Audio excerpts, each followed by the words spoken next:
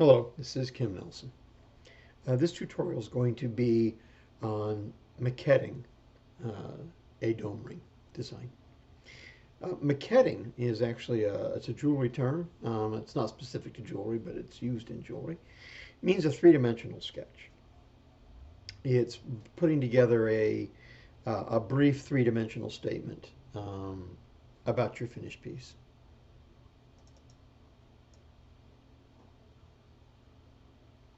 So the first thing I need to do is bring in my sketch.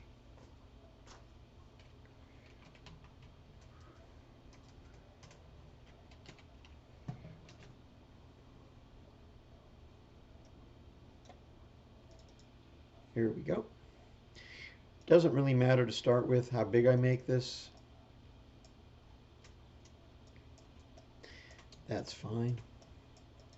I'm going to put it on a layer that I don't think I'm going to use right away, which 3D2 is a good one there. So now that we have the image in, we need to adjust the transparency. So we come to the Properties panel, select Surface, and then down here under Transfer Transparency, boost the transparency.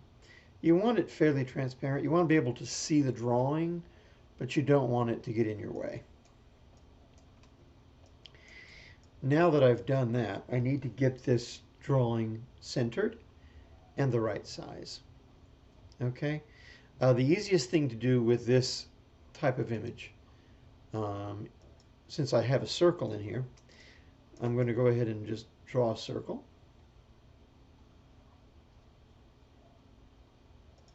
Circle center radius.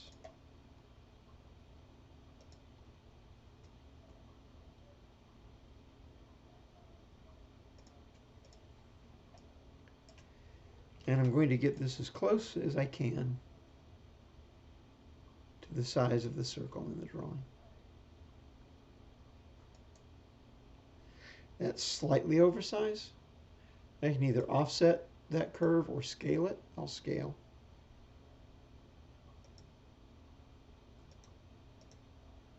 Around the center.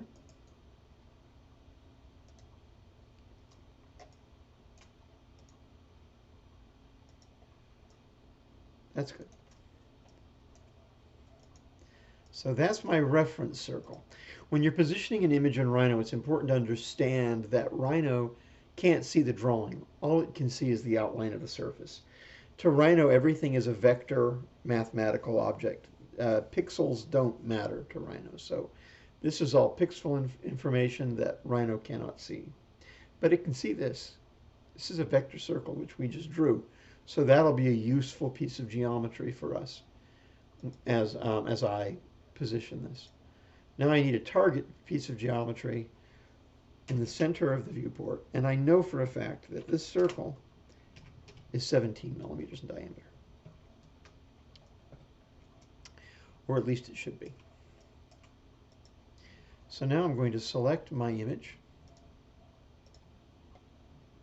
and I am going to orient 2 points. Scale no, turns to scale yes. It doesn't matter. 3D is fine, it's a flat object. And I don't want to copy. Quad would be my most useful snap here. So reference point 1, reference point 2, target point 1, target point 2. And that positions my and scales my image. So this is now actual size and it's centered. Problem is, this is my top view, and I don't need this particular drawing in my top view. So I'm going to set it up so it's more appropriate. I'm going to draw a straight line at 0, both sides.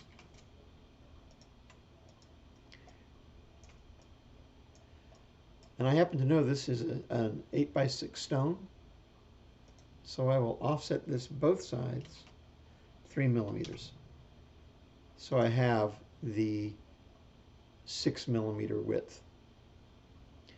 And I have a couple of choices here. I can draw the stone, or I can just slide this by eye.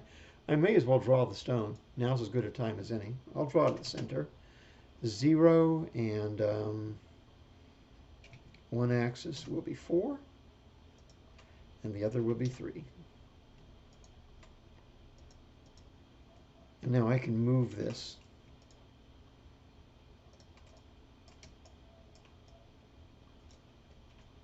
It's important to make sure I use the shift key. So I am moving this strictly up and down. If I move it side to side at all, I can cause real problems for myself.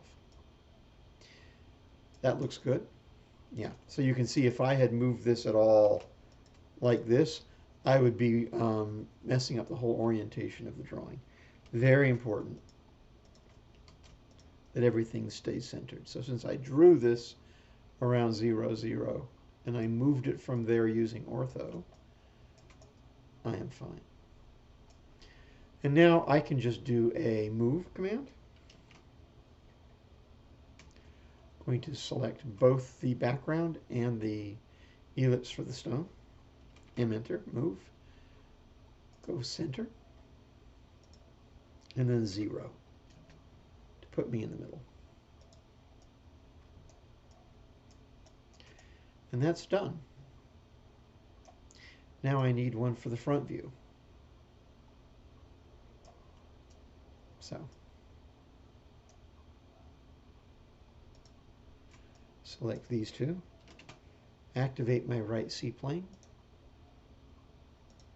rotate 0, copy equals yes, shift and hold, click to the back, click straight up, and then hit enter.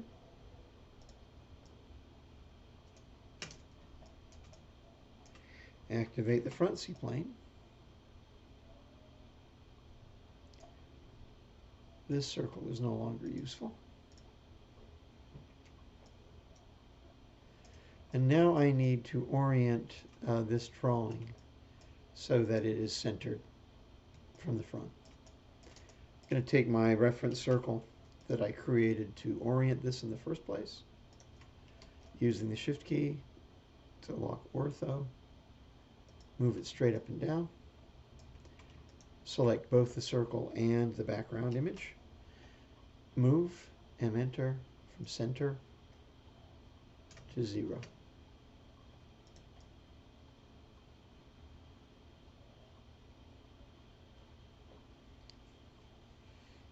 Okay, so that gives me 2. I need one for the side view. Going into my right C-plane, straight line, both sides option, starting from 0, hold the shift key down, straight up and down. Now I do not know the width of anything from the side, but I do know my stone's width, and my stone's width is once again 6 millimeters. So I'll do the same offset both sides at 3. Now you should have a side view drawn. I don't. I always recommend if you're going to do something for maquetting it, you have 3 views. I was in a hurry, so I only have the 2 views, a flattened top and a front. So there's 3, but nothing for the side. To get my third one, I'm going to take this, and once again, I will actually use this one. This is the better one to use. And I will rotate it, top C-plane active, so I can rotate in the right direction. I want copy equals yes still. Click straight to the side with the shift key. Click straight to the front. So there's my side view. The problem is I don't need the ring bore from the side. I want this. So I'm going to rotate the whole thing 90 degrees using the front C-plane.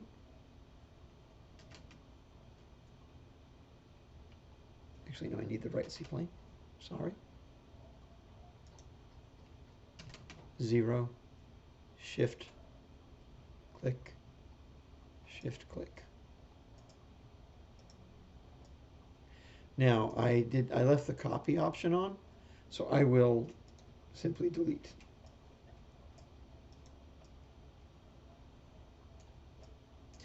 And I'm going to go in now and turn that off, because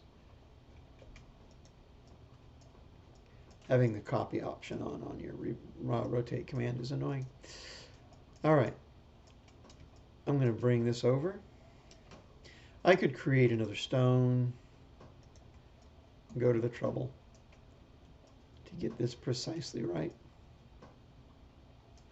but I don't need to.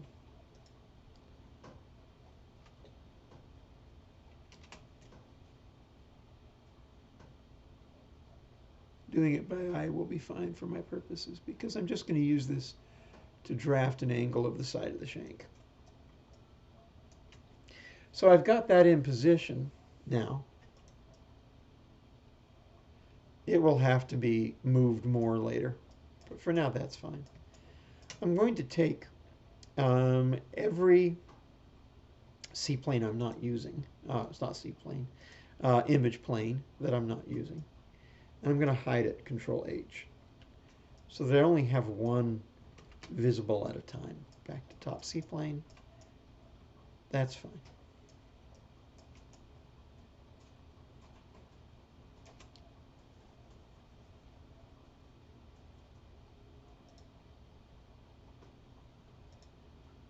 Okay, now I need to bring in a stone. I will have provided, for those of you following along, I will have provided a stone maquette for you to use. I need to bring one in for me, so import, and I'm just bringing in an oval. That, I believe this is a 10 by 8, if I saw that correctly. That's fine. I'll change the shape and size of it here in just a minute.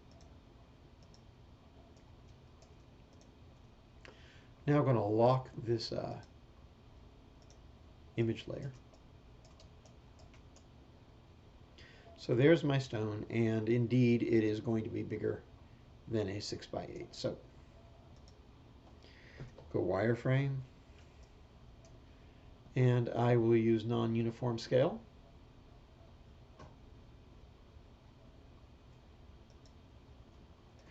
When you're scaling asymmetrical stone, like, well, it's symmetrical, but it's not a circle, anything but a round or a square, you're going to scale the narrow dimension first, because the depth of a stone is associated with its narrowest width. So if you want to keep the depth correct, you have to scale it in the narrow dimension first. So we can't go here. We're going to go here. The snaps I'm going to need are going to be mid and quad.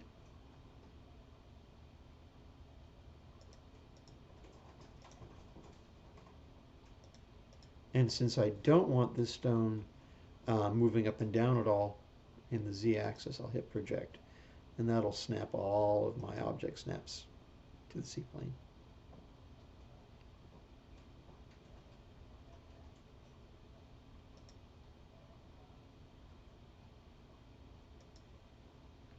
Nothing here. I'm going to have to repeat the command in order to come back and get the stone in the other direction, because I had to bypass it the first time.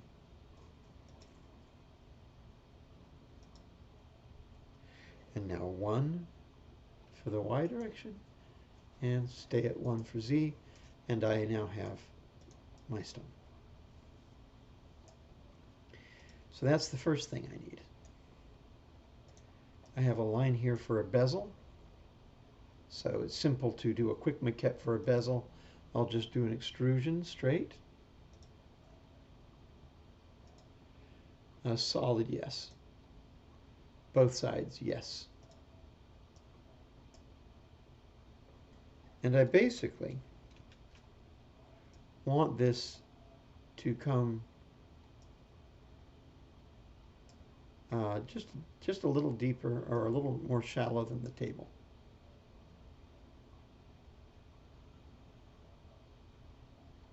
That's fine.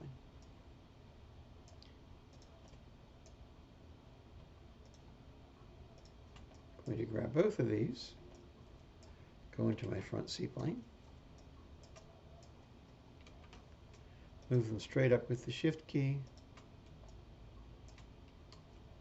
to make sure I've cleared the finger bore.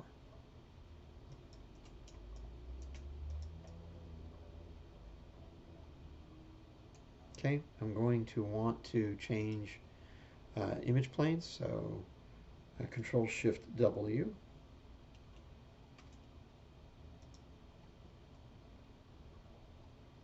Oh, sorry, Control Shift H. I want the front, so I click on it, hit Enter, and then I want to hide the top, so Control H. Control Shift H unhides, Control H hides. I'm going to grab these two now, go into wireframe, and this is one of the few times I will actually go into an orthographic view, because it's going to help me be more precise with the placement. So there's roughly where the stone goes, and in my sketch I made the bezel a little lower. Yeah, that's fine. Back into perspective view. Okay, so I have my stone and I have its bezel. Now I'm going to draw my front view, putting that curve on the front view, front layer. You'll see that this is my template and I have my layers all named out here. Excuse me. So, by the way, to change layer, you can go to Edit, Layers, Change Object Layer, or I have the shortcut Control D assigned to it, which is what I will use from now on. I remember from when I sketched this that I believe that is 1.7 millimeters at the bottom, so I'll put that in, 1.7 for the offset. That looks right. And then I'm just going to scale this from its quadrant at the base until I get a nice curvature along the bottom of the shank. Now I'm going to, whenever you draw a curve for a ring shank, you always want to make sure that the split in that, the directional area, the seam, is located either at the bottom quadrant or the top. And on the side never makes sense for a ring, and that's unfortunately where Rhino always wants to put it. For this particular ring, since I have a stone in the middle, I may put it at the top. No, I'll put it at the bottom. It's my normal. So curve, edit tools, adjust close seam, and there it is where Rhino always likes to put it. Move these both around to the bottom quadrant. It's very important. It'll cause real problems to have a seam on the side of your ring. Now I need to split the top of this off, this outer profile. To do that, I'll just do a straight line from center snap. Make sure I reach to the outside circle, not the inside one. Touch the edge of it to get the middle, the center of it. Both sides option, B enter, shift key to lock ortho and click. And now I can split this.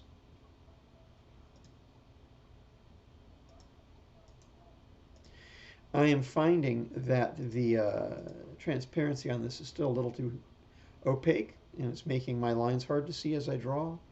So I'll go back in.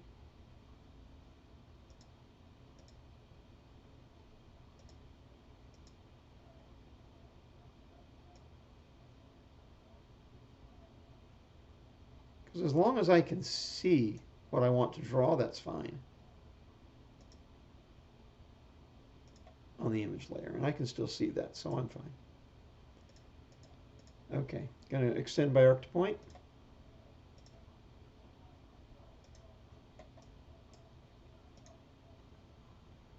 Oh, first I have to split. Nope, I already did.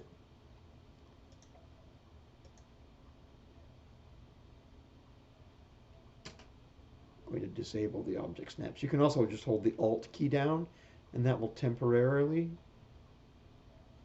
disengage those. That's fine. Turn off the stone and bezel layer for a minute. Going to take this center line, offset it straight up, through point, to where this curvature at the top would have met in my sketch if I didn't cut it away for that bezel to go through. Say there. Trim it.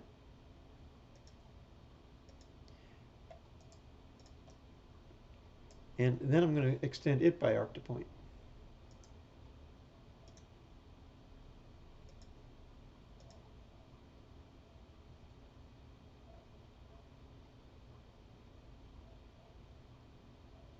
Something like that.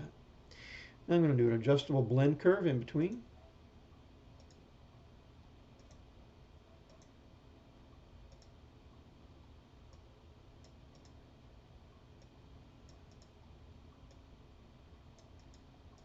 Adjust those handles. And then I'll trim off, or explode actually. Only reason this is one piece is whenever you do extend by arc to point, it gives you a poly curve. So right click to, control click, sorry, to remove that from the selection and delete. So that's my shank. Now the problem is it doesn't have all the detail I need. So I'm going to trim off the bottom of it on the side here. Join these together into one curve. And chord history and mirror.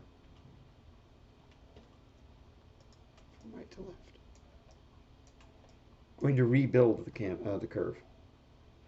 I'm going to guess, I'll turn on the control point so I can see what the point layout looks like now. Yeah, that's not useful. Rebuild, which is here, or F5. Select and hit enter. Okay, right now it's at 21.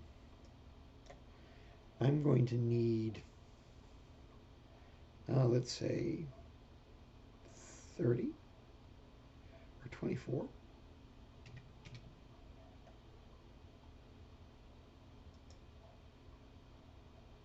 That's pretty good. I don't need these sub-anchor points. Going to delete them for now.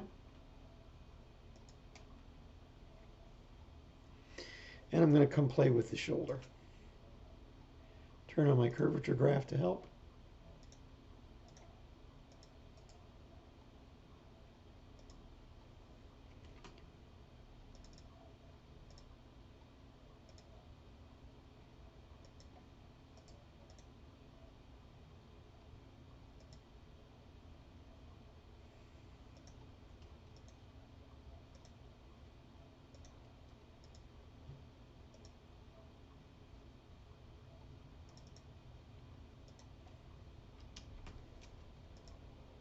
Okay, I want to make sure that I have a smooth flow from side to side. To do that, I need 3 points in a straight line. So I'm going to take this point, point snap, put it right on top of the end point, and then M-enter again before I click anywhere, because if I click anywhere, I'll deselect it and never be able to get a hold of it again, and pull straight back. That guarantees that I have a smoothness through here. I'm going to do the same thing with this point.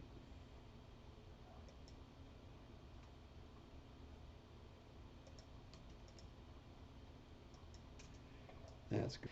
So I'm going to add a knot in here. You never want to insert a control point. You want to insert knots. So edit, control points,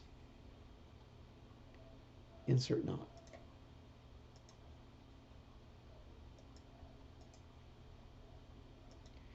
Now I'll be able to use that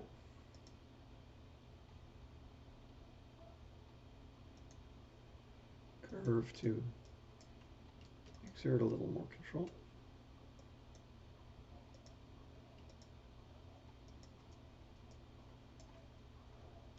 Okay, I don't love mathematically what's happening right there. I have to decide whether that's worth rebuilding or not. I have a good, accurate depiction. I'm going to rebuild. And this time, it's barely even moving. I'll give it one more point. And hit OK.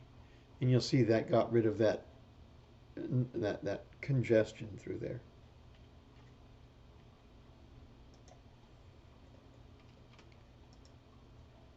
That's what happens when you insert geometry, whether it's a knot or a control point. Control point's worse.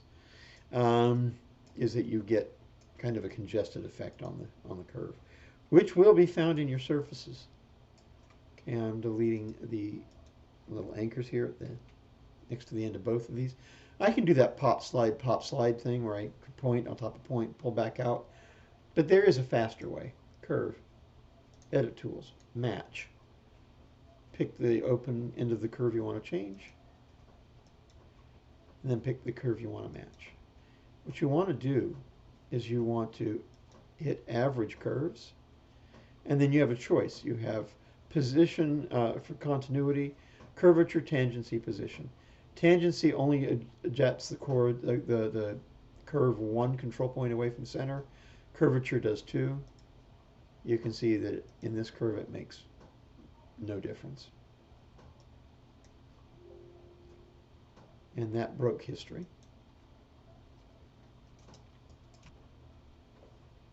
No history anymore. So I'm going to take this curve and remirror it with history, just to make sure that I keep everything. Shortcuts always end up being long cuts at the end of the day. Match curve. And that broke history again, which is fine. I'm going to throw that away. That was just faster than doing point, slide. The fact that I have to keep remirroring it with history to give me a new copy that I can adjust or edit, there's a question as to how much time that saved. Really, it was to show you that that was an option more than anything. Smooth this out a touch.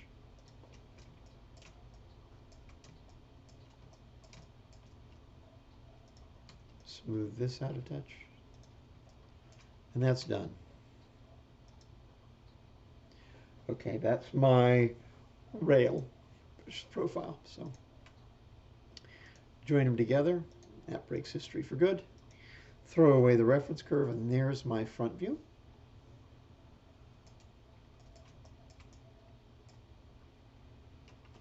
Now I'm going to draw my top view.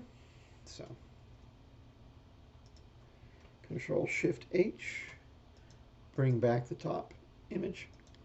Control-H, hide the front.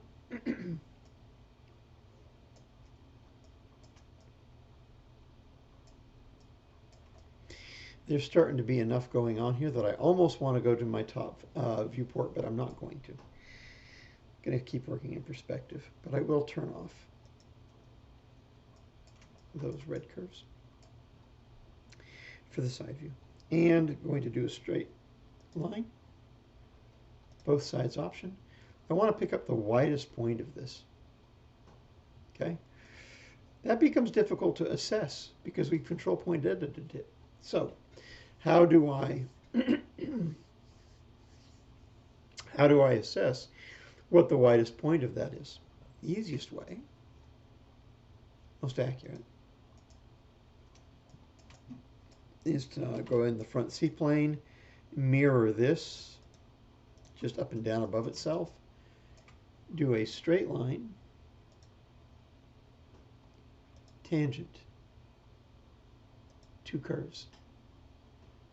Click near the widest point on each curve, and that will show you what is the widest point on that curve. Back to top C-plane. Once again, this is too opaque for me as I'm drawing, so I'm going to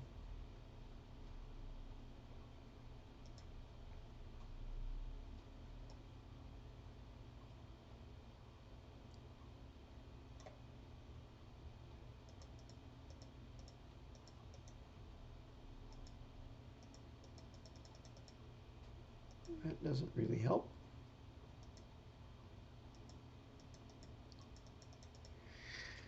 So it's slide this little monster and have it go from 80 to 0. Okay, 86. I'll keep it. That's a little less user-friendly than it was in Rhino 6, but I'll live with it. So, drawing in the top view now. Straight line, I want both sides. I want to grab the end of this curve I just drew. So, end point. But I definitely want it to drop all the way down to the C-plane, so I want project on.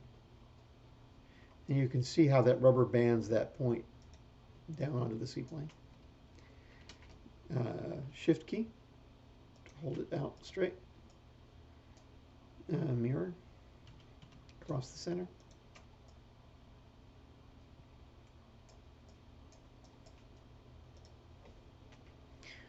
Can delete that, and I can now turn off the front view. I don't need it. I would like to have a center line going in this direction. The easy way for me to do that is just activate my right C-plane and then do a project to C-plane command. Except for I don't want it to delete the original. That's a C shortcut that I did that with. You can find it here under transform, right there. Okay, so I'm going to offset the center line for the full width of my ring.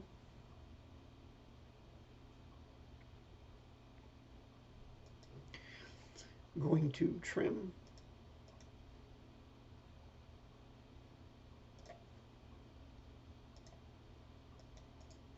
top and bottom, and I'm going to trim. See, it's difficult because I don't want to trim here yet.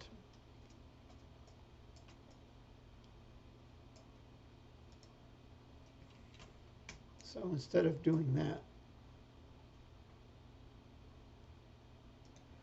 I'm going to do a straight line, both sides option. And I'm just going to pull on this like a seahorse until it gives me a sawhorse, sorry, until it gives me what I want.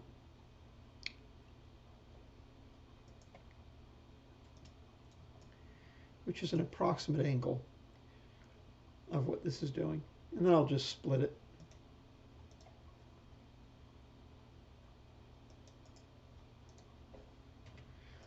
And do a blend curve.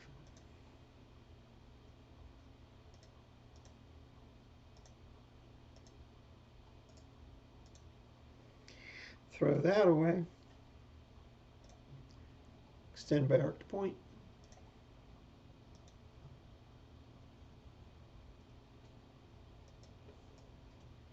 Okay, it would be very helpful for me to have a reference line for the inside of the ring bore. So I'm going to turn back on my front view. And I'm going to offset this curve through point. I'm going to grab quadrant.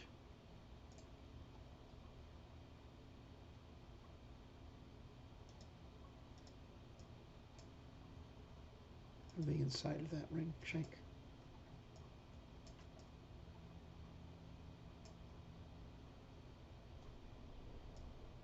Okay.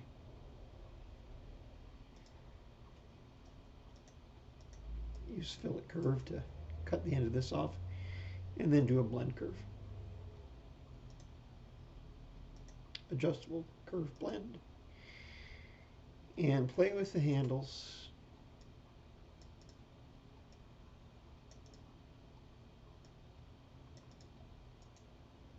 To give me what I want.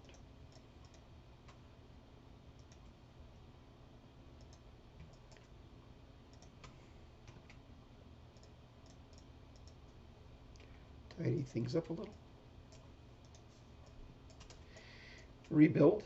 Actually, I'll mirror it first with history.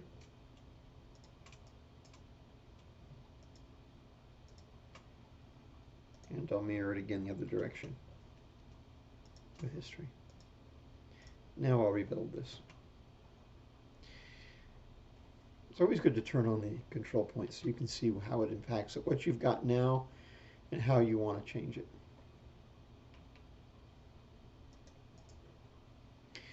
"16 is actually a pretty good number. They're just congested here and empty there. So I'm going to give it 18. That'll change my curve some, but not enough to hurt anything. Going to go ahead and lose these sub-anchors. They are always problematic when it comes to getting things to flow, especially when you have a mirrored curve like this, in fact. I'll delete that one as well. Okay, turn my graph on.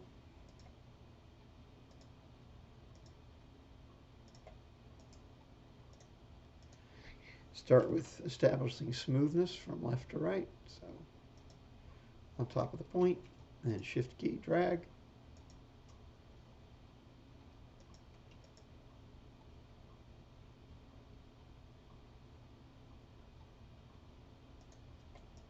That's fine, that's fine, that's fine. From top to bottom, once again the point shuffle where I put it on top of the point and then use the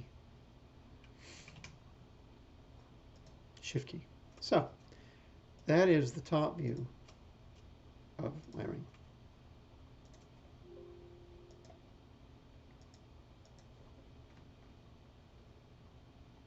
That's actually a useful reference curve. I'll leave it there.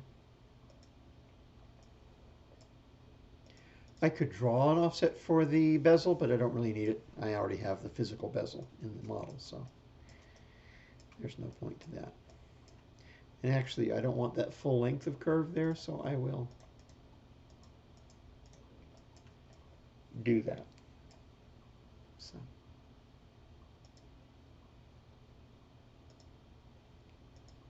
this is what I have so far.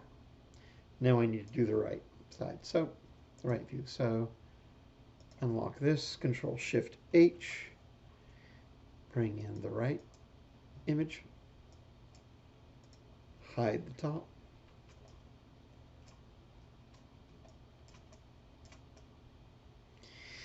and this tapering is going to start.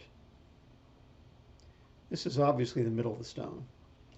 Right C-plane, M, enter, Shift key straight up. So it's going to be something like that. The bottom of the ring is here. And that would actually relate to the inside of the shank. So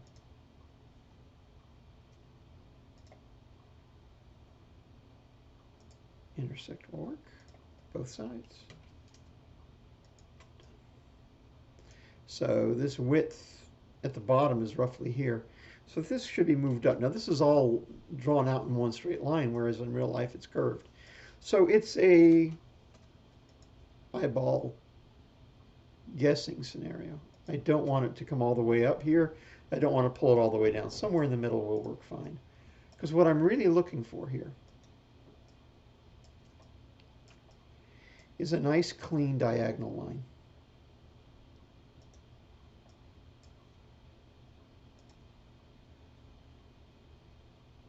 Straight line, both sides. And I'm just going to drag that out until it feels like it's a pretty good angle. Record history, mirror it over.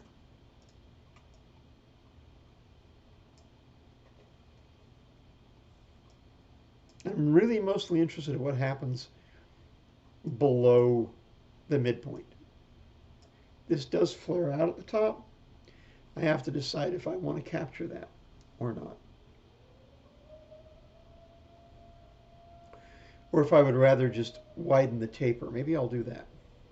Because curving this on a ring, if you can have a straight line for your lower shank, it's always going to be a straight angle. It's going to be a cleaner model. You don't have to always do that. Sometimes it's just not possible. And you want a nice flared shank from the side. But this is pretty subtle.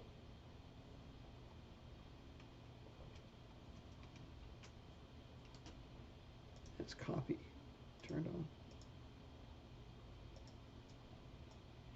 Yeah, see, that captures the best of both worlds. I'm going to leave that. So.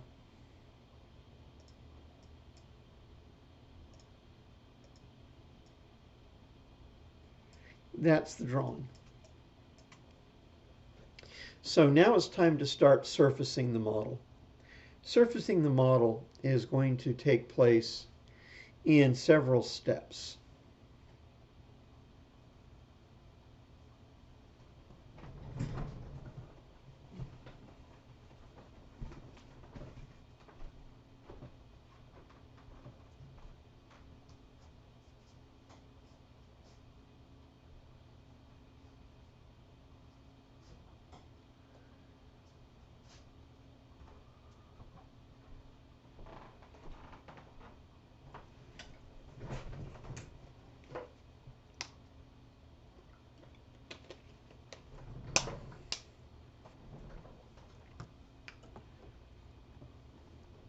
First off, remember we're doing a maquette here. So we're not doing really elegant surfacing, but we want it as clean as we can because you may want to use these surfaces in the final model. Okay? We're going to be surfacing the top of the ring, roughly. Then the bottom of the shank of the ring, roughly. Then we're going to end up throwing away what we did at the top of the ring to resurface it again based on what we've learned from doing the bottom half of the ring. 3 steps. Top rough, bottom rough, top more refined. That's it. So since we're going to be working around a finger bore, that's the most challenging thing of designing a ring or modeling one. The finger bore needs to stay in accurate and perfect size.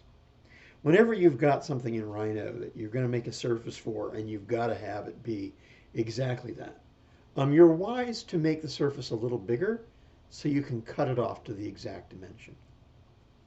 And that's what I'm going to do with this model. I'm going to do an offset, front C-plane, because I'm working from the front view, and 0.2 millimeters, almost non-existent.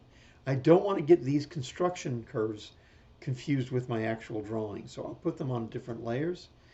I do a lot of 3D work on my 3D3 layer, dark blue. I find it shows up really well. So I've got that. So I need to extrude this straight out.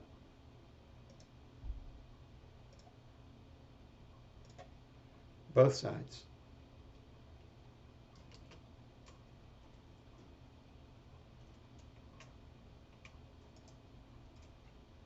Turn on shading so I can see.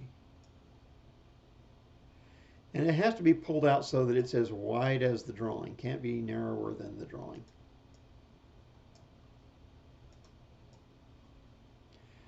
I'm going to go to top C-plane and I'm going to project this curve straight up onto this surface.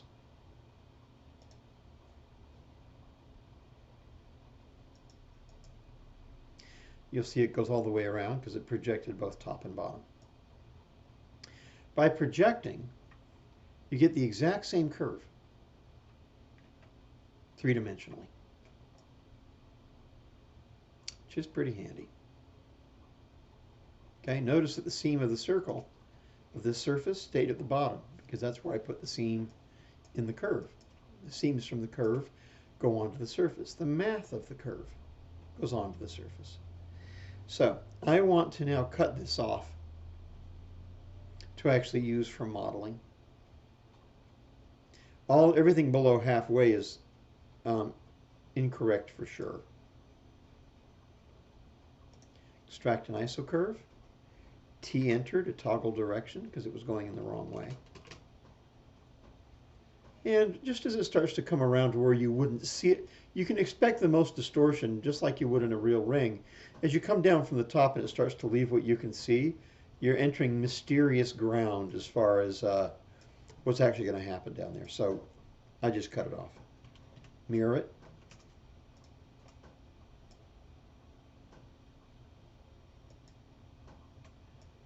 And use that to trim away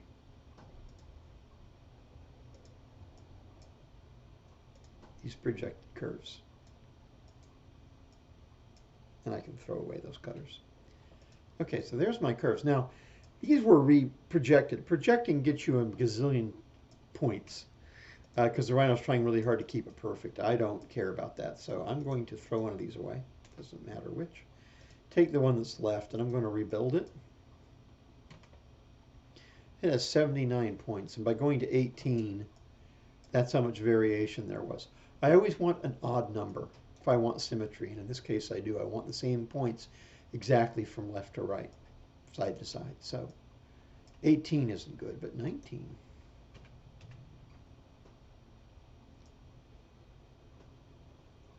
Nineteen's good. If I turn on those points, that makes a lot more sense than what was there before. I'm going to mirror this. I can record history in case I want to change things. Doesn't matter though. I likely won't be bothering. So now I need to extrude a surface from this curve that is normal. That means perpendicular, normal from my original surface here. So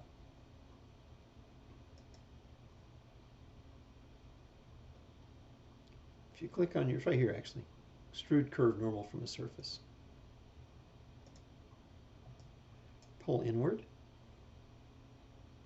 and click. Mirror that over.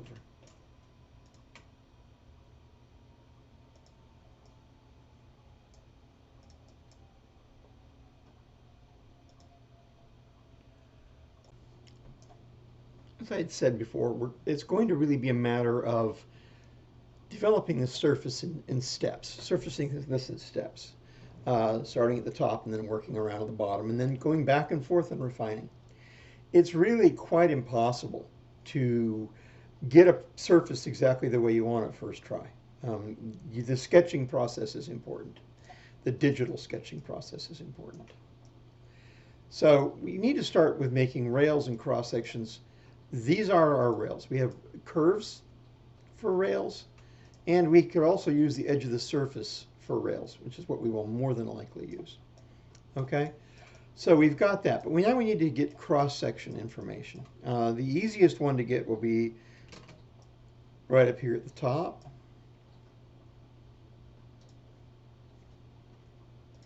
And I want to make these as simple as possible.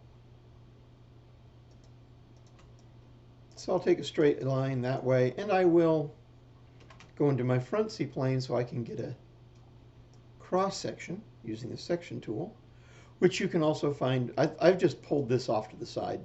It's just this toolbar deposited over here.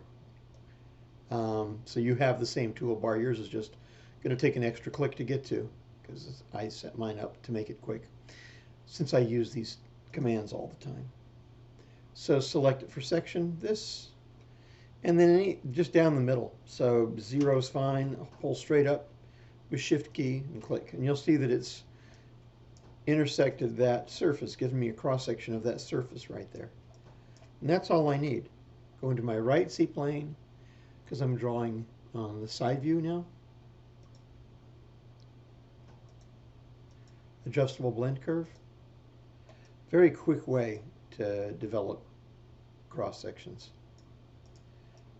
And at this point, I'm just going to take what it gives me, throw that away, mirror that across,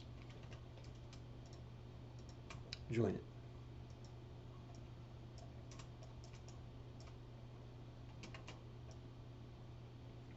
You'll notice I always drop back into top C-plane in between actions. Not always, but generally. Now I need to have a plane that runs parallel with this end point of the surface. So I'm going to do that by creating a cutting plane. I will select these two surfaces and the outline profile here. Cutting plane. Start of cutting plane will be 0, the middle of the ring bore. End will be at the end of this corner. And I have project to see plane activated. So even though I'm clicking out here in three-dimensional space, it'll project it nice and flat onto the C-plane.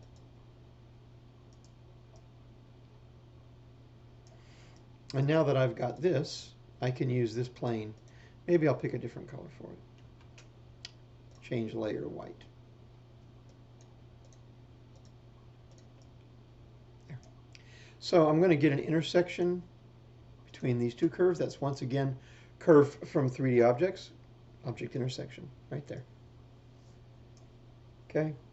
I'm going to want to be able to use this as a construction plane. So C-plane, if not now, at some point in the future of my model, set C-plane to object.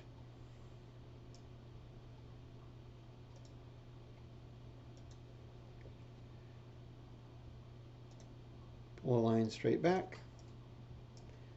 And I can just use the edge of this surface to do a curve, blend curve.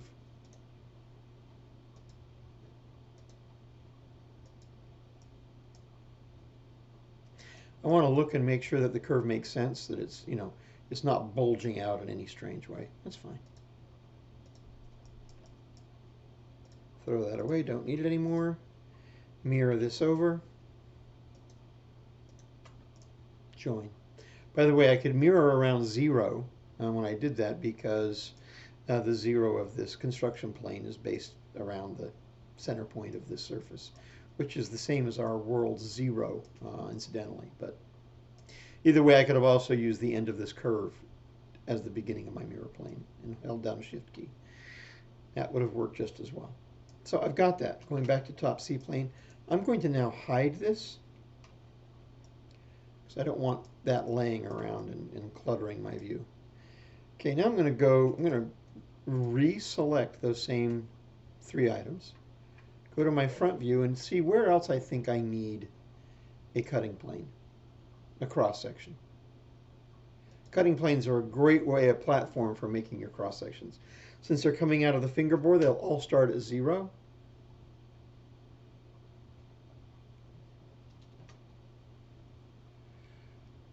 I know I'm going to want one right here. Do another one, 0. I'm going to want one there as well.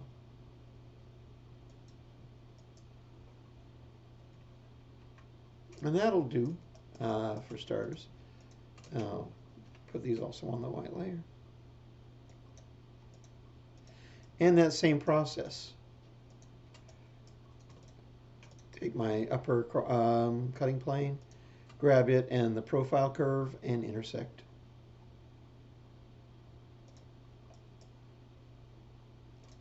Grab it and the outer surface here, intersect. Make it a C-plane.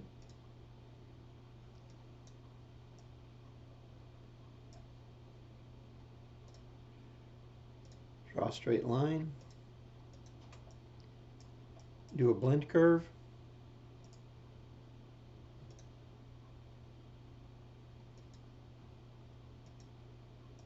Take a look. Looks good. Mirror that. Join it up.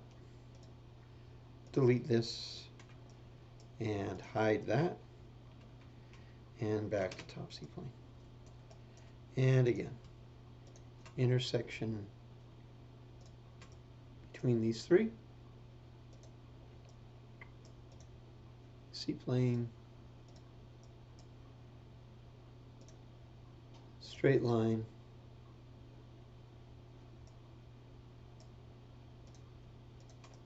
Blend curve.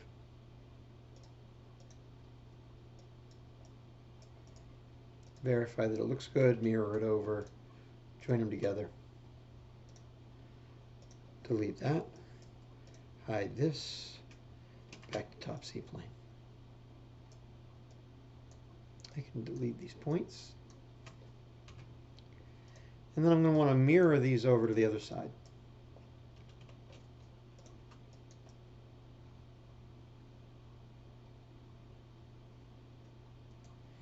So I've got that.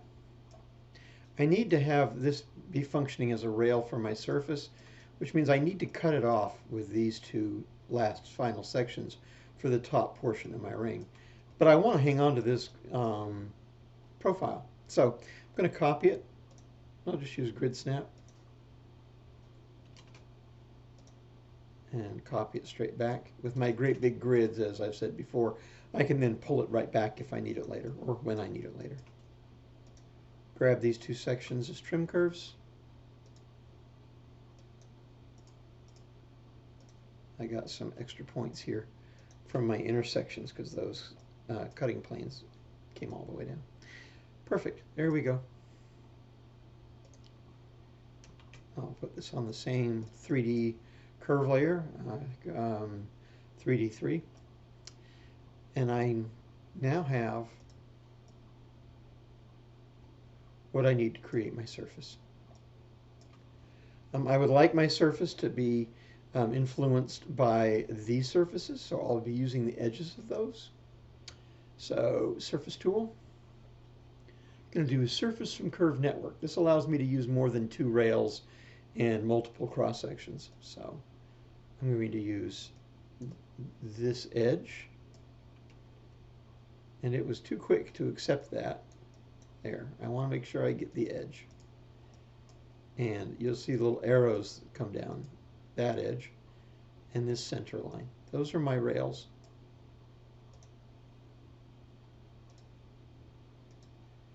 These are my sections. You always want to pick your sections, your pick point on them to be roughly, always on the same side of the model and in a fairly agreeably similar location. Otherwise, you can get flipped directions along the surface. Hit enter.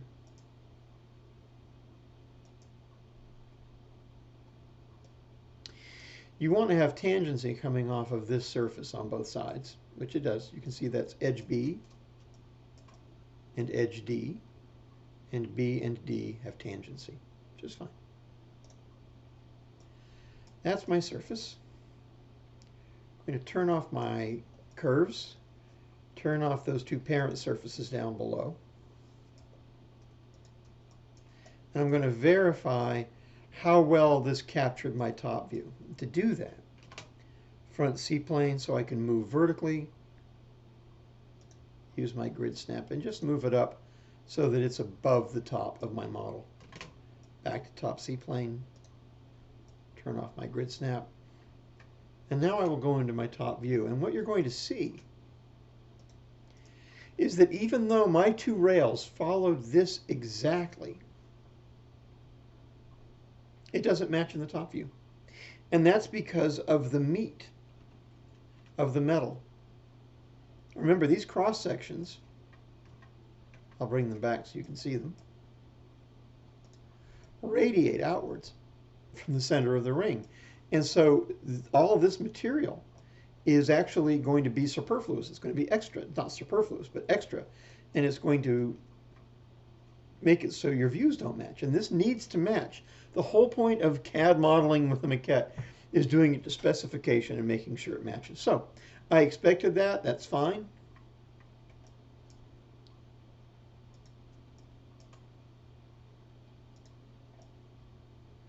I'm going to take a look at this surface and see how many points it's got. That's way too many. I want a very simple basic surface that I can manipulate. So rebuild F5. Right now it has 19 and 45. I don't want either one of those.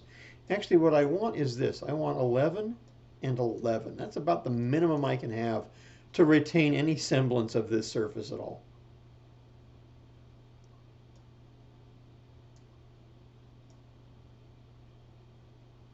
Okay. I'm going to turn on my points. So it's time to show you that I have this little toolbar down here as well. This little toolbar, I'm going to be using it quite a bit when you're doing control point editing. If you go to your Select tab, it's right here, Lasso Points. You have a little Cascade button here. That is this. I just drag it over and put it on my sidebar. So that's where it's located. going to lock this green layer so I don't select it accidentally. And the reason I wanted symmetry is so that I could select my points on both sides in a symmetrical fashion. If I select U, it will select that whole row of points. Do a non-uniform scale. I don't want to scale anything in the X, but I do want to scale it in the Y. And I want to have my shading on so I can see this. Nothing in the Z. Now, understanding what just happened is important.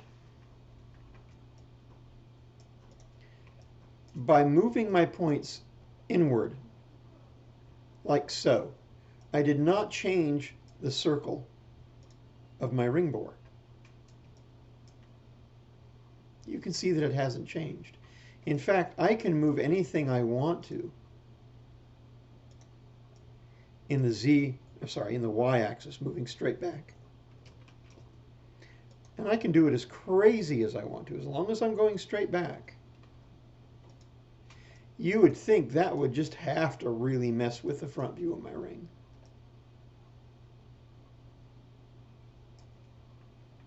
But it doesn't, not at all, okay?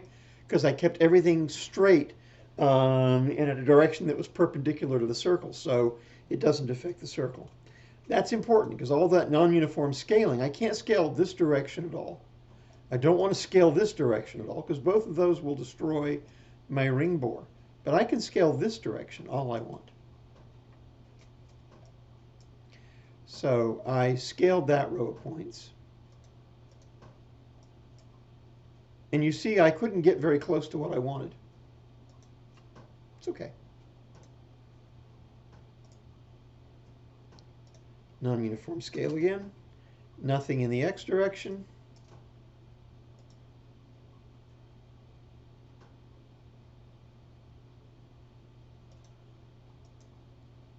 I will pull that in.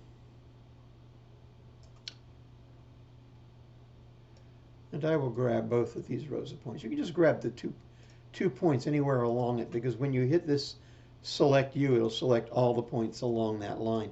And you always want to do that when you're doing this kind of control point editing and you want symmetry and you want it clean.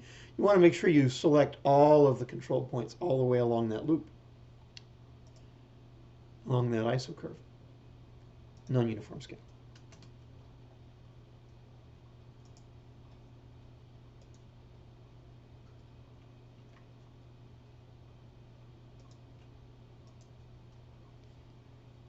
Okay, so now I'm starting to see how close I can get to what that form is.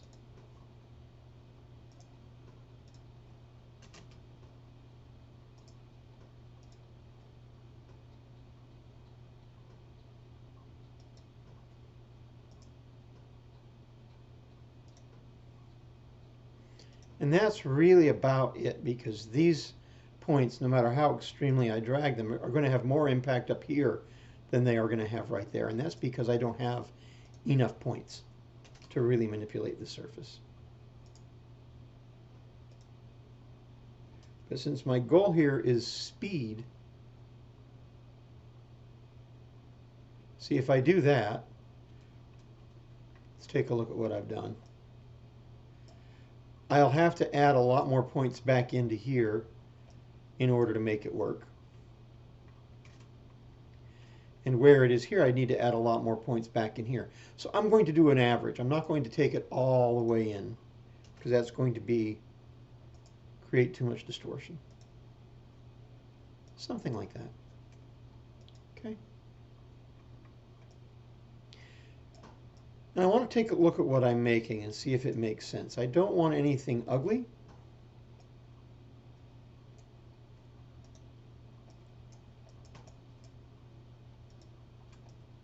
There's a bit of a bulge here I don't like. See how this comes up tight and then it flares out really fast? Don't love that. So I'll use my old friend non-uniform scale.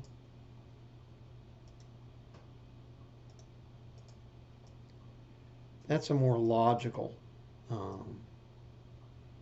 taper through there. Okay? So, but I am going to need to add more control points. And the way you do that is to not add points, but to insert knots. Edit. Control points. Insert knot. And you want symmetry. And you'll see that way, you can see it over here. It adds a row on either side. Here and here. Come back into my top viewport now. And you can see I'm getting a little more control brought back in.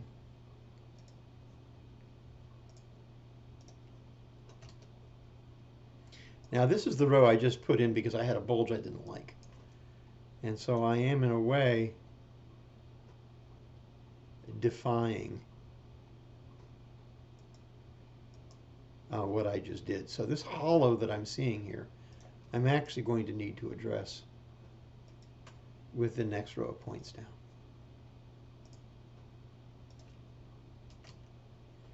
And remember at all times that you're making a maquette here, guys, so you don't need perfection. But as clean as you can reasonably do is worth doing.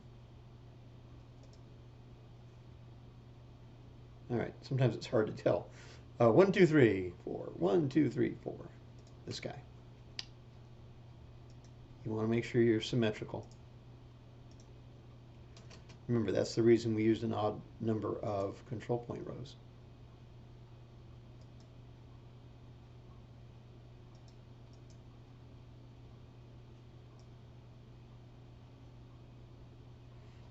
See, that's interesting because it actually tugs further up than you would think, and that's because of that angling of the surface. Because you're wrapping something around a circle, around a cylinder, the ring bore.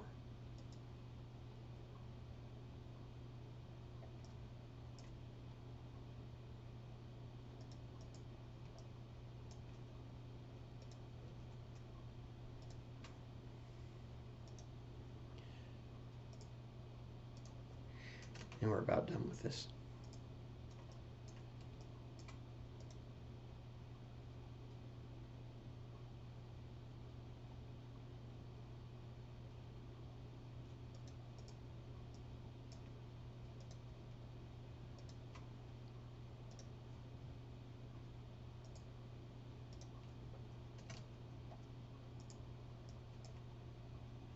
If you're not familiar with non-uniform scale as a command, take time to read the help on it. But basically, to keep it the same, you enter 1, and whatever the previous value was, if it is 1, it will remember that. So I'm going to come back down to here.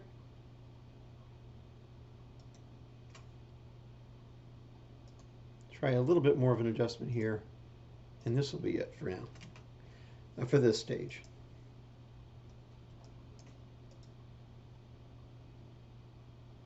Yeah, see, that's not the cross section we need to do that. It's this one.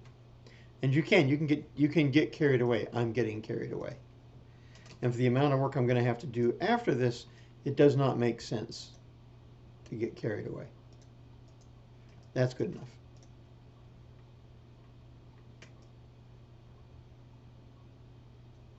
So there it is. And you'll see my ring bore is still preserved. And like I said, by making that surface a little bit deeper, I will be able to trim it off and make it exact. All right, so that's great, except for it no longer really follows what I needed it to follow. So I am going to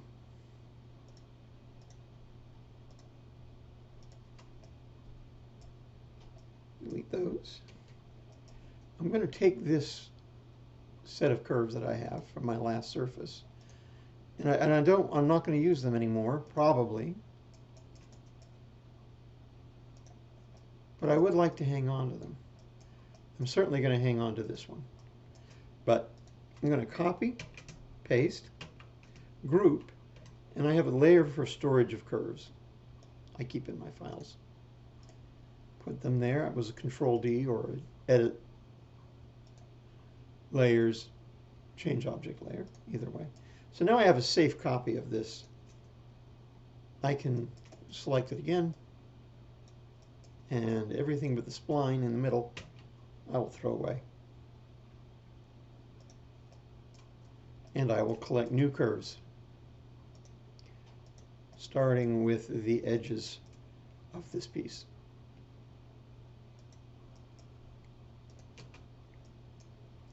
Going to bring back that ring bore I started with. These two curves I want to pull down onto that. So instead of a project, which projects like a light coming from directly from the C-plane, I'm going to pull, which is like shrink wrapping. I do not want the input deleted. Actually, I do, because they'll be very close together and it'll get confusing. Enter. And you can see almost nothing happened. After all of that work, that's still pretty good, because it's a pull or a project, either way. It's going to have too many points. So I'm going to rebuild it. 25 should be enough. 17 even.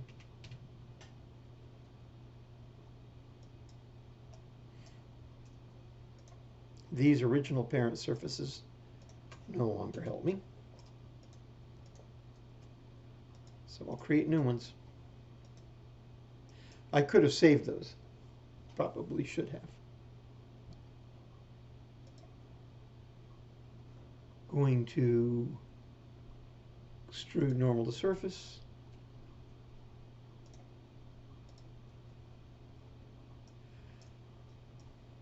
It doesn't matter how long it is. That's fine. Turn off the ring bore. Mirror that over.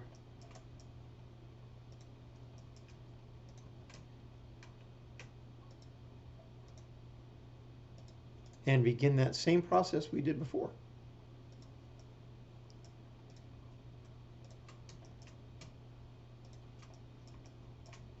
Front C-plane, section, 0, straight up, right, C-plane, curve straight back,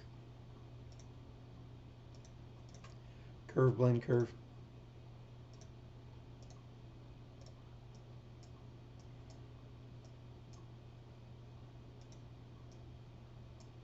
unless it's something strange, I'll just accept it. Mirror, join. My cutting planes from before should be the same because the profile didn't change. And that's these two right here.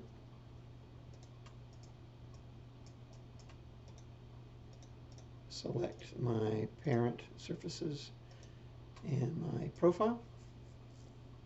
Intersect. And I can create a C-plane. If I'm going to do something more intense, I usually would. If I'm going to draw on here at all, I want a C-plane, but I'm starting to get into a hurry. So I'll just hide it and do a blend. Actually do a straight curve back. So right C-plane will work for that. Make sure I don't have project on because I want it to stay right in place.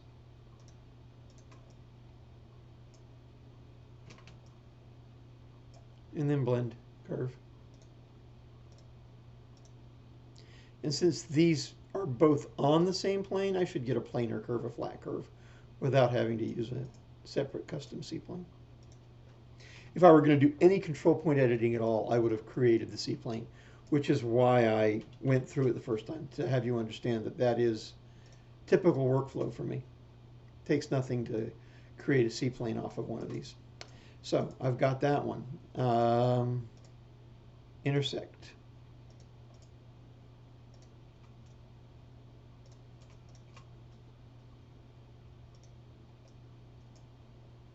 hide right C-plane, so I can draw a straight line going backward.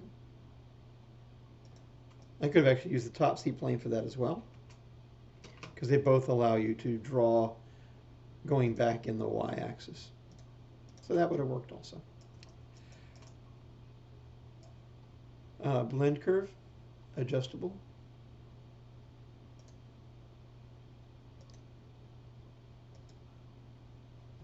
Take a look.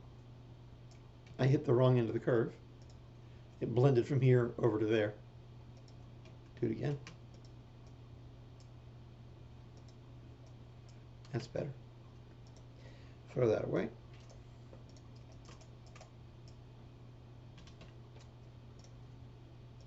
Join it together.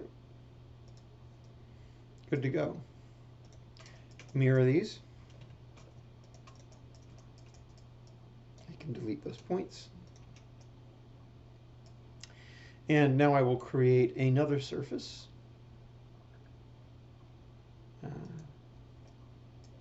From Curve Network. I'll make this one white. I want the edge, once again, of the surface. Rail, center line, edge of the surface. Those are my 3 rails, cross sections.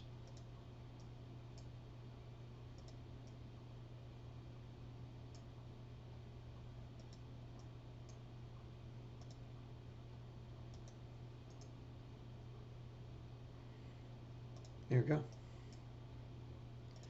Turn this off. Turn my top view back on. And you can see that now I have a much tighter fit. If I wanted to, I could refine this further. I can turn on the points here, and I could actually come in here and grab a bunch of these in non-uniform scale. But that's close enough. That is, for a maquette, that's perfectly close enough. So, there's the top half of my ring. You can see that it very closely parallels the one I already had, but the one I already had would have started to lose this dip in the shoulder. That was an important part of my front view. Fine.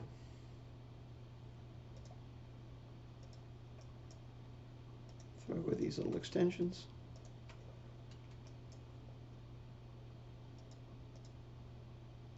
Not sure where those curves are that I used.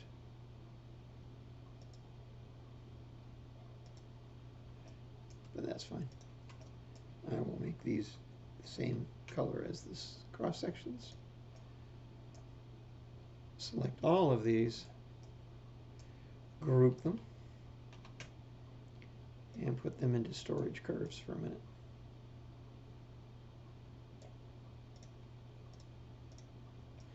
Now I need, actually, I want to hang on to those two.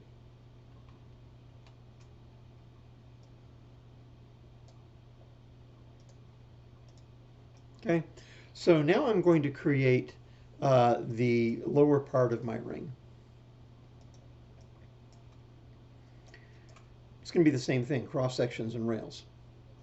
Using curve from 2 views, I can select this diagonal line and that bore. And can you see what's happened? It no longer lines up. If we look at this surface now, these no longer relate to that, which means my side view information is incorrect in my sketch.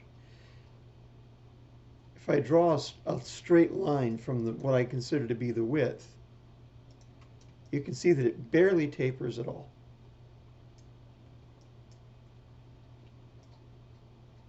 And that's fine.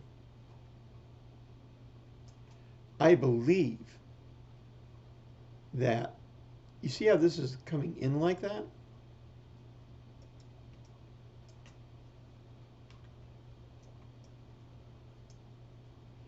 I believe that this curvature at the end is not going to do me any favors at the end of the day. In fact, I believe that up until about right there is not going to do me any favors at the end of the day. So,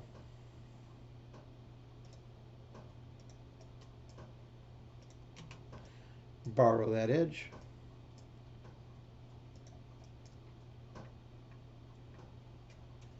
And take a look here.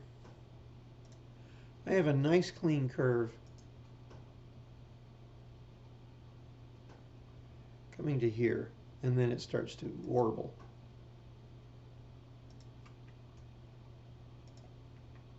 Okay? So I'm going to cut these curves off at that point. Right C-plane, cutting plane.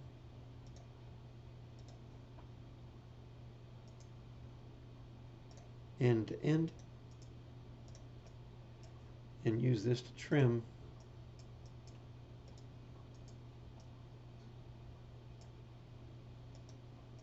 that away.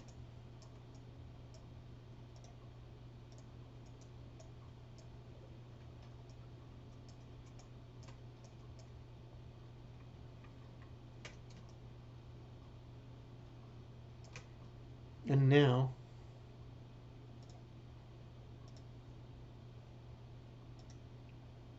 starting what my side view said was and you can see that even that I'm going to have a kink right here. This my sketch wants this to come in a lot harder than I want it to come in at.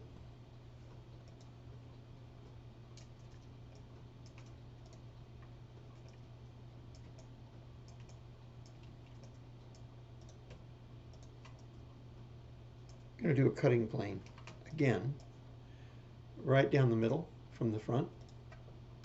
Just use 0. I'm going to use this to trim off. Actually, I use it to split.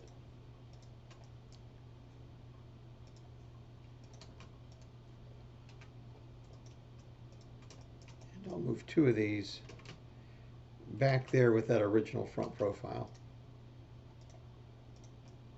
And the 2 that are remaining, I'm going to project to the right C-plane.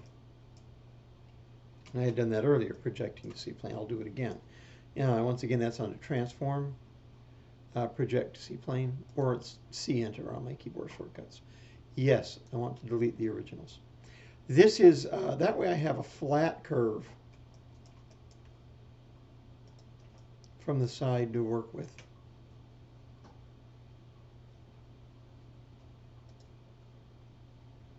I'm going to do a lined tangent from curve.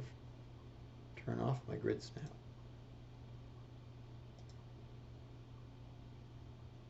And you can see that there's nowhere here that's going to work. It's going to be crooked no matter what I do. There's going to be a kink there. So now that I understand that there's no way to avoid it, I'll accept it.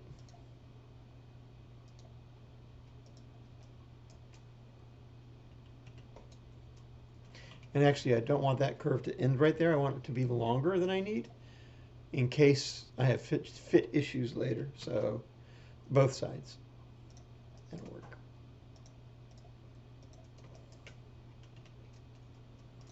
So these are my new side view curves.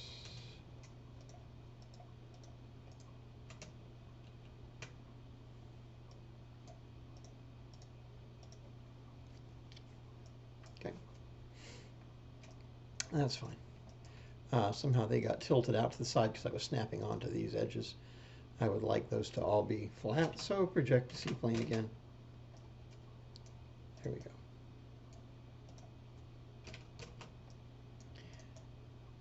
So, there are my tapers.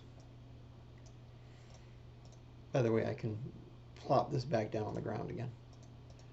I'll project that to C-plane as well.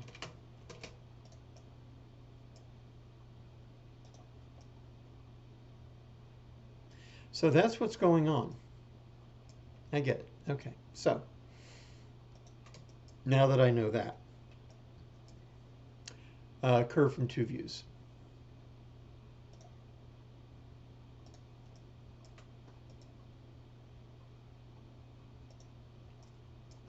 and curve from two views. Just mirror. It's safer as far as symmetry goes anyway. You'll see that this section no longer fits. It's okay. But I do need to put a cross section that is roughly in that place. It doesn't have to be though. I want an overlap of these two surfaces, so I'm going to actually create another cutting plane.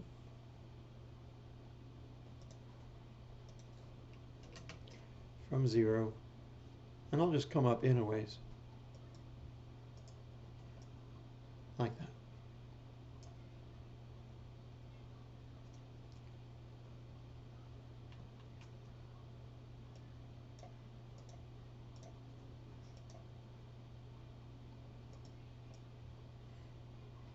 Okay, and it's going to be that same process. I can bring those, I want the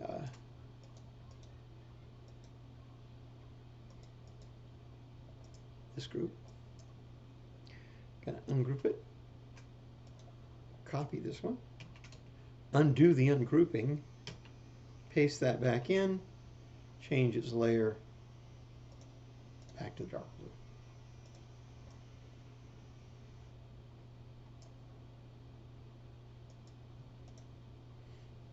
My new parent surfaces, where did they go? Looks like I threw them away. It's okay, they're easy to recover.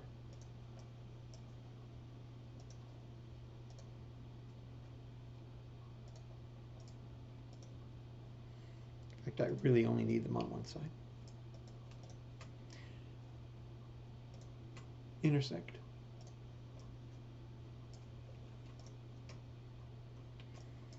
And this process will look familiar.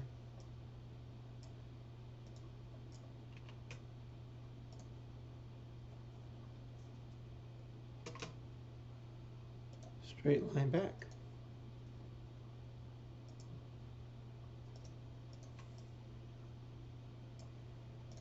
Blend curve.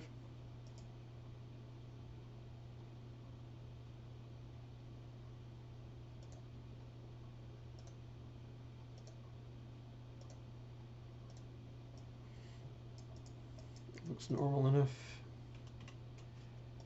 Mirror it. Join it. So I've got one here. I don't really want this section for the lower half. I'll store this over in my storage objects layer. Oh, I know where the other one went. I have it stored with the curves. Makes sense. Okay, so I've got that. I've got my first cross section. Those don't serve a purpose anymore. Now I need to make a copy of this, bring it back forward, because obviously the portion of this rail that I need now is different than what I was using before.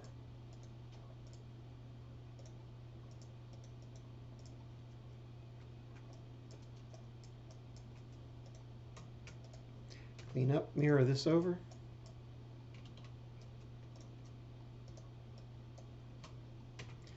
Use these two to trim.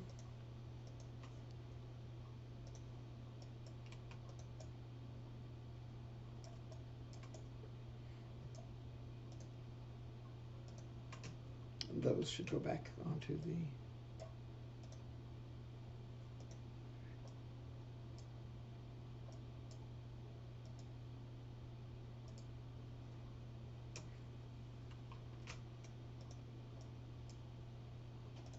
just bringing those back to the rest of that crew. And when I have geometry on top of each other like that, it can get confusing, so move that one out of the way. Now I usually like to do a section right at the middle, so I'll do that.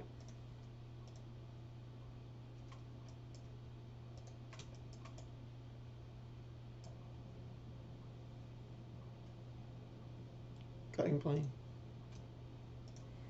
0, pull to the side. Intersection with those. And since this is just everything's on the top C-plane, that's easy. Straight line. Straight line.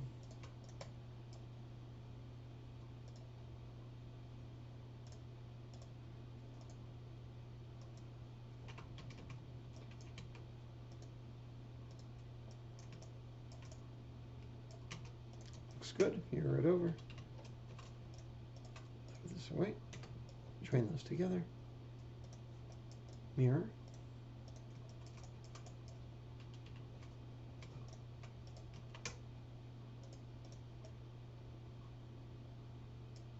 Okay.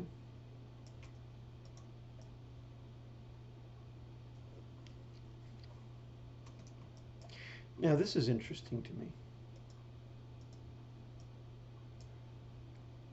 These aren't lining up with my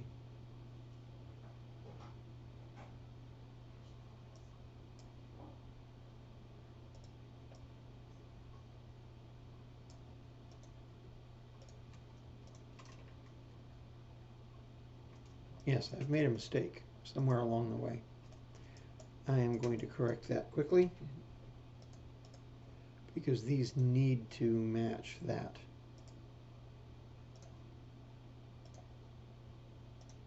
It's simple. I will use the same non-uniform scale, but now I do want to have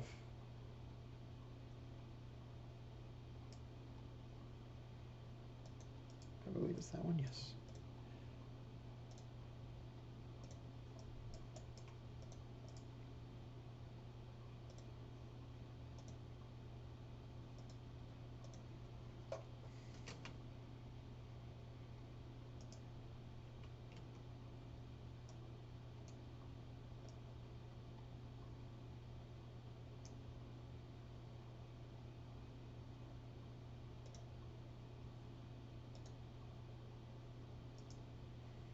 There we go.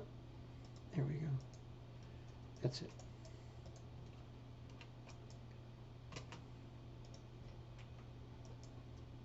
Not major surgery, but really important to get right, because if those aren't lining up onto that rail, I have a problem. Trim off the center section of that rail. That's how I noticed I was going to have a problem, was when I went to trim that and they weren't touching.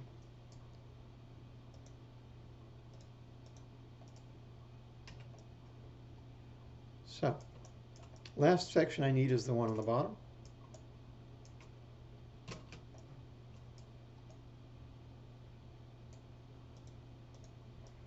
Where the center line and the bottom of the shank meet, draw a straight line, going back in the Y direction. Where this intersects this ring bore, I need to have that, so I'm going to trim off. I made a copy of this curve just now, so I can have it safe.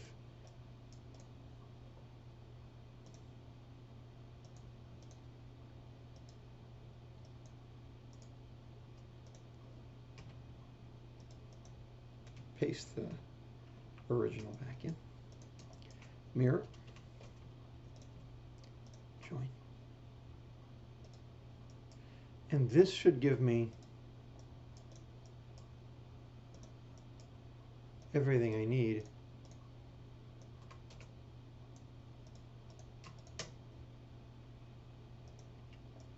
to surface the bottom half of the ring. So, I would like to have a parent surface again, so I have that same kind of feeling going. So,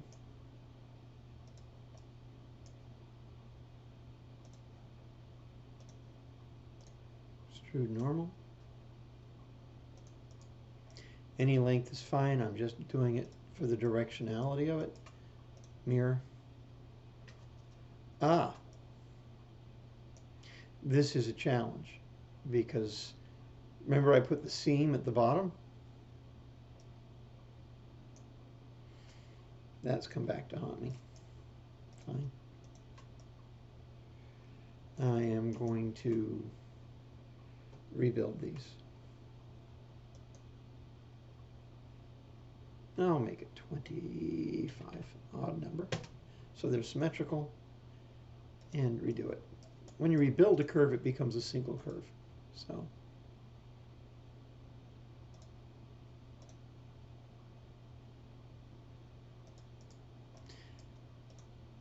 and yet it's still giving me that. Okay.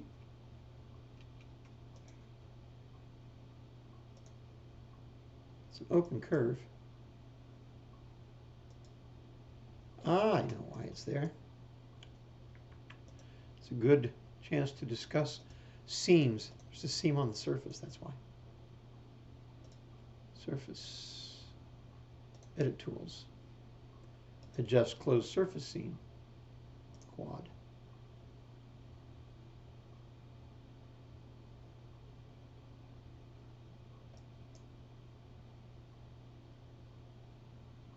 There we go. Problem solved.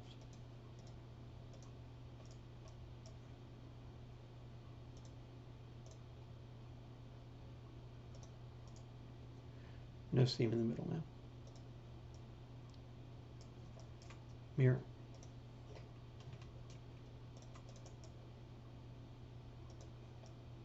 Make a surface. And unlike the top of the ring, I shouldn't have to adjust this at all. This should be fine, because it's basically, there aren't a lot of choices.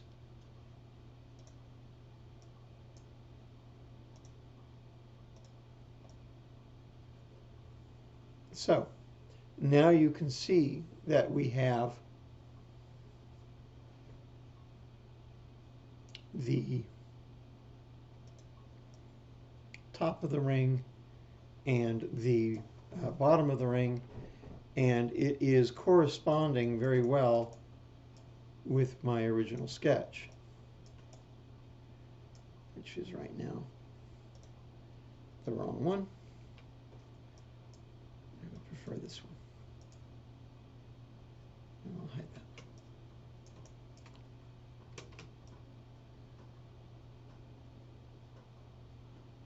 So, having that, all I need to do now is join these, and you'll see that they don't really get along.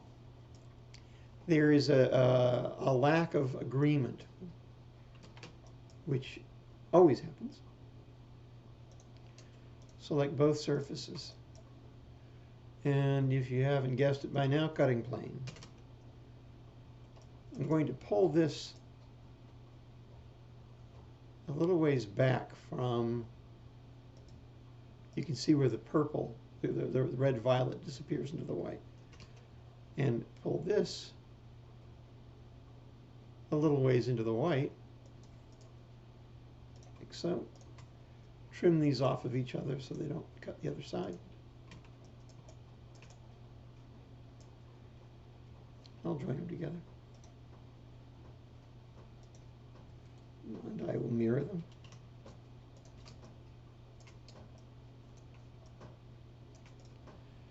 Turn off all my curves. Before I destroy these by cutting them, Control Copy, V Paste, Group, Storage Object Layer.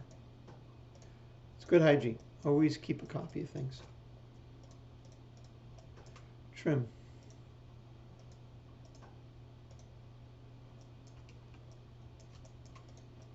Trim.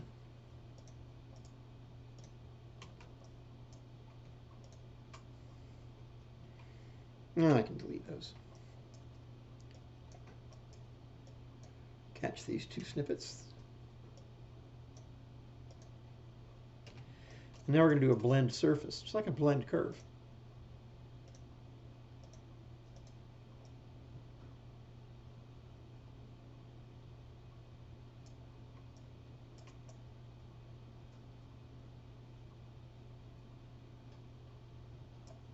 Tangency.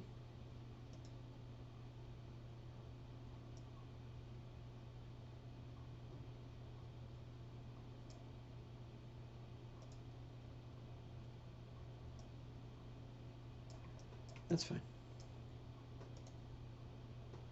And mirror over. Tangency versus curvature just means the surfaces, once again, curvature, they're pushing 2 control points into this surface. Tangency, they're pushing 1. And I didn't want to have any further arguments with the model, so I did 1. Join those together. Now, as I had pointed out, the whole reason I made 2 of these, an inner and an outer, was so that I could come at the end, extrude straight out, and then use it to trim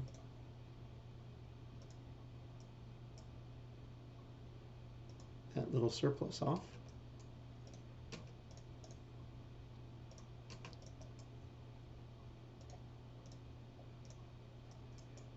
Join that together.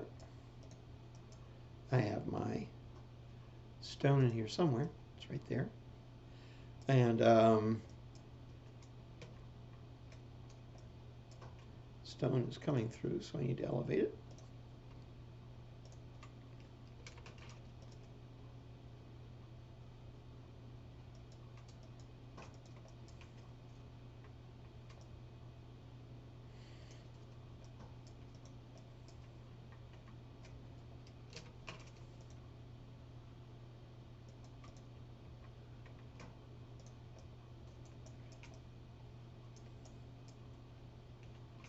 I would certainly argue with the attractiveness of this, but that wasn't the point, so that's okay. The point was to match my design, which I did. Going to extract an isocurve from the girdle of this stone, so I can cut a seat in the bezel.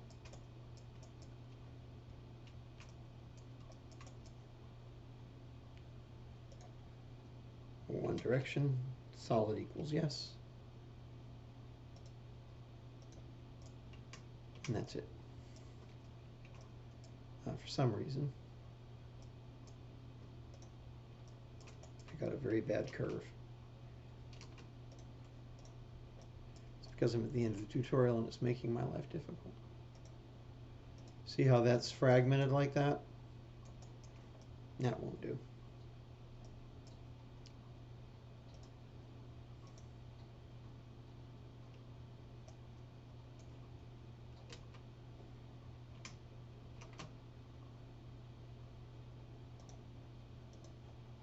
Borrow the reference of the endpoint of this. Actually, even easier, I'll just grab this, turn back on my stone, and copy it up.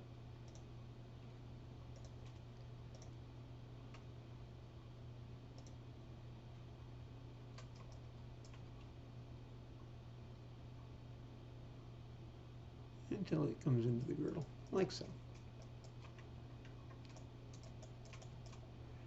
And extrude, straight, solid, yes.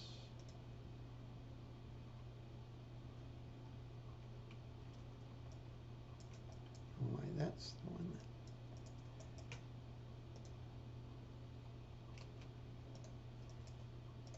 that. Bring this back down. Since I moved it with grid snap, it'll be easy to put back. Solid difference. But before I do that, I will solid union.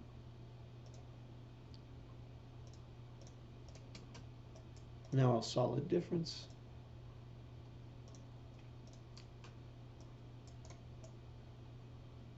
And I have a basic ring maquette.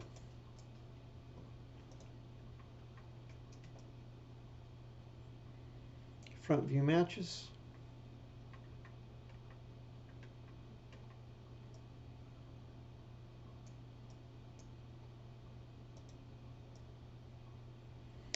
I have a concern. I think that the stone is actually too deep. I think somewhere in my modeling process, I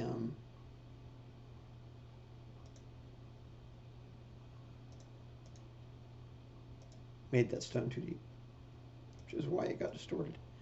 It's easy to find out. This stone should not have to be more than 3 millimeters deep. So, cutting plane.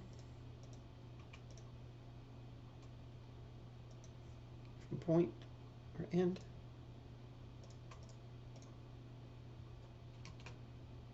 Move 3 millimeters. And that's how deep that should be, and you can see that it's not. So that is the problem right there. Okay, so just eyeball it. Bring it up to here. And then copy it back down 3 millimeters. And then take my whole stone.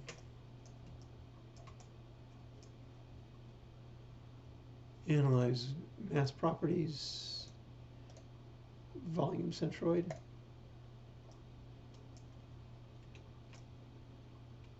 I don't like where that located itself, so I'll just use instead the center of this circle.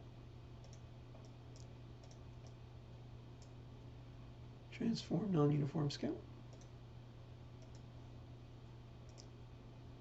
Center snap. Nothing here, but a substantial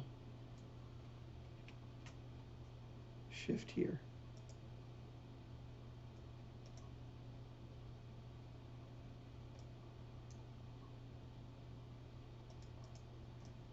There. That looks normal. I knew I hadn't drawn something terribly ugly. So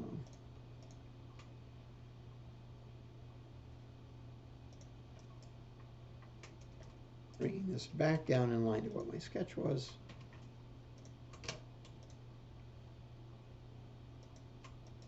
That is much better. Solid union. Solid difference. There. That's done. Now that's a maquette, and this is a pretty refined maquette from a fairly sophisticated form. Good place to start from when I'm doing my finished modeling and making decisions about my piece. For example, I would like this to be deeper. I think it's too shallow, even though it will hold the stone. So I can make decisions about the design now that I can look at it. I also now know that my original ideas of a side view were wrong, and what the implication of that tightly gathered top view means in the shoulder. All of that is very useful information. So that's it. Thanks for watching.